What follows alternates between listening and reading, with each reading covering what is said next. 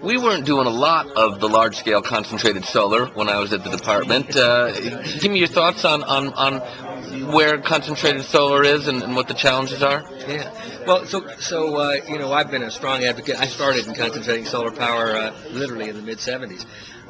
And I've always been a strong advocate. The difficulty with CSP, as we call it, has primarily been upfront capital costs. It's such a capital-intensive sort of technology. Essentially, you're buying all the fuel at the beginning of the project. So you have to. It's a financing issue more than anything else, not a technology issue. The good news is that recently, and primarily coming out of Europe, there has been fairly significant public policy that has provided encouragement for CSP. Now, it happens to be a great match for central station power development.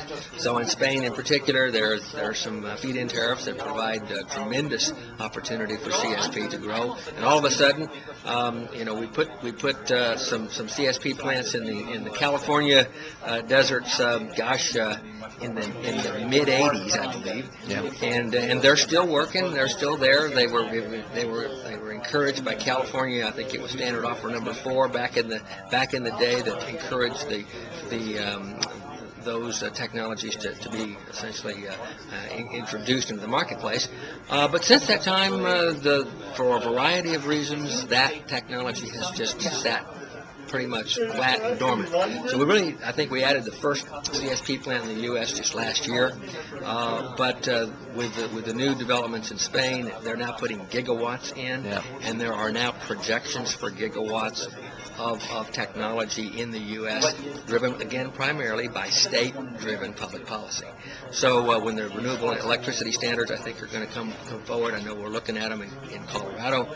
We have a renewable portfolio standard, RPS, that was driven by the voters. It was something that the voters put in place, and it's part of our rate base. So it's not subsidized by the government so much as it is subsidized by the rate base that we operate under. So it is a technology, I think, that time is now coming into fruition. I think we'll see a lot more of it in the next few years, and it'll be probably driven primarily by central station, commercialization process. And with storage, you think there'll be thermal storage in a lot of plants? I do. Certainly in Spain, they put a high premium on some storage opportunities. I was in Spain earlier this year and toured the plants down into the Andalusia region, down in Sevilla. And they have some experiments in place now where they'll put as much as 15 hours of storage into those plants. Now that'll change the economics of that technology pretty dramatically. So pretty exciting new technology developments that are occurring. It's still a little bit on the forefront in terms of commercialization, but certainly a more modest amount of storage is in place in a number of areas, and I think that will certainly be a discriminator for that technology. A couple more questions. Back in the 90s, we kind of left the algae program. Right. So what's changed? Why? What do you think has changed that really brought back so much interest in algae? Yeah, well, it's interesting. That there's a whole story with biofuels that takes a lot longer than we have here. NREL ran an aquatic species program for, I think, almost 17 years prior to me coming to the laboratory, and it was very focused on biodiesel.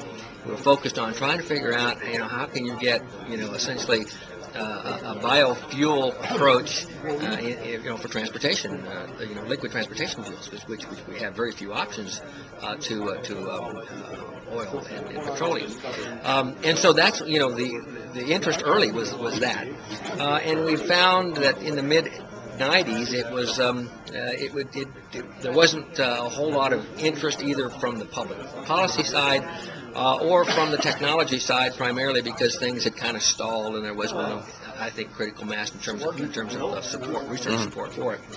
What changed is the whole focus on biofuels. It started off really as more of an ag policy approach to corn farmer help than anything else.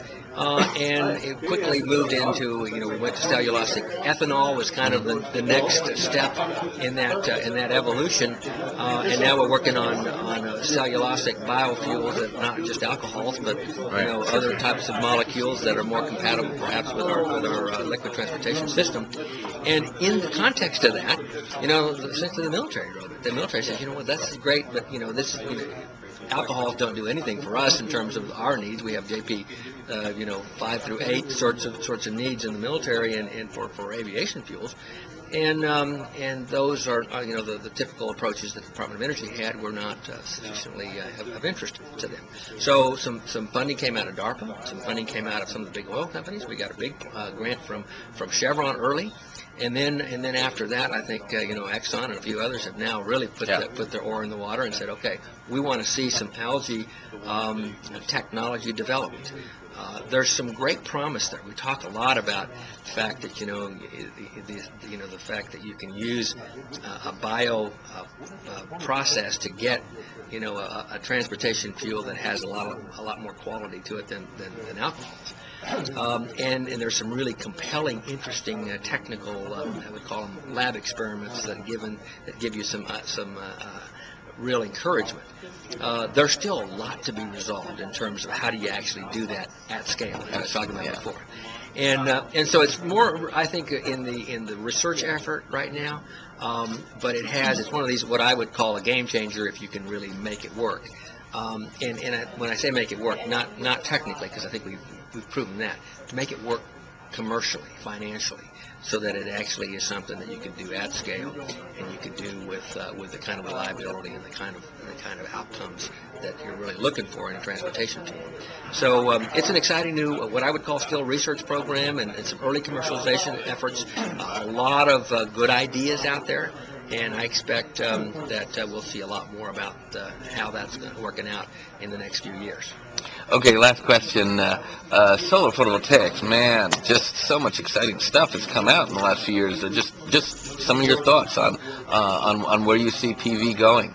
Well, I'm kind of a solar guy. I started in the solar again in the mid '70s, and I'm pretty bullish on that. I actually am the coordinating lead author for the IPCC Special Report on Renewable Energy, and I'm helping write that solar chapter. I think solar's got tremendous potential. It is the technology that mid-century will, I think, dominate all of the other renewable technologies, just simply because we have so much resource. PV and CSP. PSP, solar in general. I think the darling of the solar programs has always been PV because it's so elegant. This idea of sunlight hitting a semiconductor and you get electricity out, no moving parts, is a pretty compelling, pretty elegant, high-tech sort of approach to solar conversion. The low-hanging fruit in solar, of course, is solar hot water and passive solar. We ought to use as much of that as we can, and we should. But PV, I think, is going to really come into its own over the course of the next several decades.